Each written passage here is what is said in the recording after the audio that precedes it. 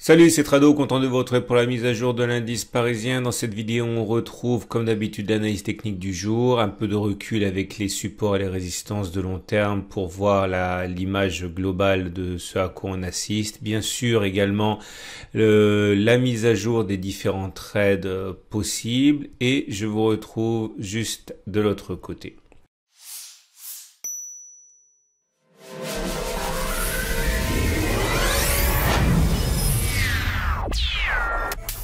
Donc aujourd'hui, on a pu assister encore à beaucoup de volatilité, notamment à mesure que les espoirs et les déceptions entouraient les différentes mesures de relance monétaire et financière. On n'est plus à quelques centaines de milliards de dollars près, mais c'est vrai que le seul marché qui tire son épingle du jeu aujourd'hui, c'est le Nikkei avec plus de 2% suite à l'achat de la Banque centrale japonaise pour 200 milliards d'actions, enfin d'ETF sur le marché. Sinon, ça a plutôt été la Bérésina à 3,3% de baisse pour le CAC 40 à mesure que le Sénat rejetait finalement le nouveau plan, enfin de valider le nouveau plan de relance de 2000 milliards aux États-Unis. Enfin, ce n'est qu'une histoire de jours sans doute. Alors voilà où nous en sommes.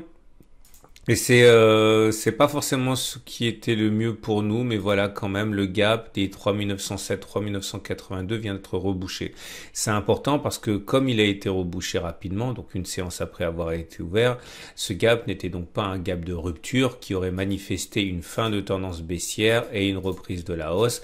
Non, c'est donc un gap commun. Alors ce gap commun signifie qu'il n'a pas beaucoup de signification et statistiquement, le gap commun donne naissance à une période de latéralisation. Alors le problème, c'est qu'on ne sait pas exactement pour l'instant où sont les bornes de la latéralisation. On peut avoir ça, on peut avoir quelque chose plutôt comme ça, ce qui m'arrangerait bien puisque je suis en position de swing haussier. Mais pour l'instant, encore une fois, la seule chose que l'on peut imaginer, c'est une période de latéralisation puisqu'effectivement, ce gap commun a été comblé. Alors au-delà, vous remarquerez plusieurs choses, au-delà du fait donc que le gap a été comblé, c'est que le support, mine de rien, tient toujours le support journalier des 3782-3916 qui a été sollicité quand même plusieurs fois. Pour l'instant, tient la dragée haute au baissier. Moi, ce qui m'intéresse également, vous le savez, puisque je suis en position haussière, c'est le setup des setup 1, 2, 3. Donc l'idée, c'est vous avez une oblique qui descend comme ça, qui capte les cours de manière significative. Et puis derrière, vous avez un mouvement 1 de cassure, un mouvement 2, j'en avais parlé déjà vendredi et jeudi, et j'avais expliqué que j'espérais qu'on aurait ce mouvement baissier d'aujourd'hui pour initier la vague 2 et à terme la vague 3 et le trade haussier se déclenche ici si on passe cette zone avec un stop loss serré en dessous des 3841, un stop large en dessous des 3617. Et c'est ce à quoi je serai attentif. Alors encore une fois, c'est surtout pour partager avec vous des possibilités de trade haussier, puisque bon, trader à la baisse maintenant, ça devient très compliqué depuis la France. Et l'idée, c'est qu'effectivement, dans ces conditions, on aurait une deuxième raison de rentrer haussier au-delà de la raison qui m'a poussé moi à être haussier depuis la semaine dernière. J'y reviens dans quelques secondes. Dans l'immédiat, remarquez la bougie du jour, qui est une bougie très moche, avec une clôture dans le tiers baissier d'une part et une longue mèche haute qui montre que ça a été la débandade chez les haussiers, c'est les acheteurs et ce sont bien les baissiers qui ont pris le flambeau. Alors maintenant, on a aussi la possibilité, parce que tout n'est qu'une question de statistiques et de probabilité, de voir se dessiner peut-être un nouveau drapeau. Ok, ce qui est absolument pas impossible. On a déjà eu un drapeau de cette nature ici, souvenez-vous, c'était baisse, consolidation et baisse. Ok, on pourrait tout à fait avoir ce schéma-là. Alors peut-être qu'il sera un petit peu plus pentu, j'en sais rien pour l'instant. Ok, mais si vous avez un scénario baissier en tête, encore une fois, j'insiste, c'est très difficile de spéculer à la baisse depuis la France maintenant, mais en tout cas, ça n'empêche pas de repousser éventuellement ces achats si vous avez un scénario baissier en tête. D'ailleurs, je rappelle qu'à la fin de cette vidéo, je vais m'atteler à la deuxième partie de la vidéo, quelles actions privilégier actuellement, qui fait écho aux nombreuses demandes que j'ai eues. On verra. L'Ishimoku, c'est pour plus tard. Par contre, les Fibonacci, ça nous intéresse parce que si la relance et le rebond est parti, On attend, on le sait, dans un premier temps, un retour sur les 23,6 et moi j'espère bien qu'on ira chercher les 38,2%. Je reviens à mes éléments purement techniques et les éléments purement techniques sont les suivants. Comme vous pouvez le voir, et c'est très triste, la moyenne mobile à 7 jours qui a été reconquise de haute lutte le vendredi 20 mars, c'était pas arrivé depuis le début de la crise, eh bien, n'a pas tenu. On est repassé en dessus de la M20. De toute manière, tant que la M7 n'est pas ascendante, elle ne joue pas un rôle de support. Donc là, elle a été traversée comme du beurre parce que sa pente était décroissante. C'est pas fini pour autant, on peut envisager de repasser au-dessus, mais pour l'instant c'est un petit peu dommage.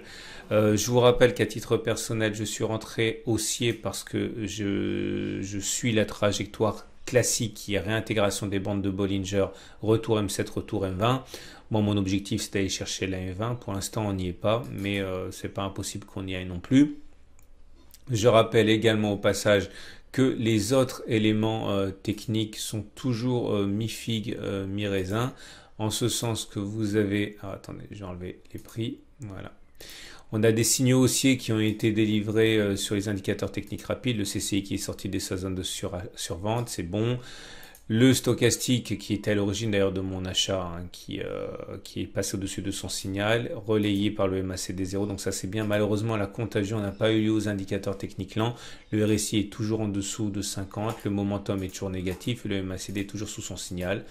Néanmoins, les volumes baissent significativement. Il y a eu 3% de baisse aujourd'hui, mais sur des faibles volumes. Autrement dit, c'est pas le chaos total avec la débandade absolue à laquelle on a pu assister sur ces grandes bougies rouges de baisse. Là, les volumes sont clairement moins importants. Il ne faut pas que le CCI repasse en zone de survente, que le stochastique repasse sous son signal, ou que le MACD repasse sous son signal dans un contexte où les indicateurs techniques lents sont déjà baissiers, parce qu'on va avoir un effet qui est le démultiplié. Donc, il faut vraiment faire attention à ça. Voilà ce qu'on pouvait dire. On va terminer comme d'habitude avec l'Ishimoku. Et l'Ishimoku nous dit la chose suivante, c'est que la tendance, elle est évidemment excessivement baissière. Attendez, je vais faire un petit peu de ménage, sinon on comprend plus rien. Et voilà. Et nous sommes donc dans une situation où les cours sont en dessous de la Tenkan, en dessous de la Kijun, en dessous de la SSA, en dessous de la SSB. Néanmoins, remarquez, il y a des courbes qui s'aplatissent. La Kijun s'aplatit, la SSA s'aplatit, la SSB s'aplatit. Autrement dit, il y a tout qui semble militer pour une sorte de pause dans la baisse. À suivre de près. Okay. J'ai oublié de vous montrer les unités de temps trimestrielles.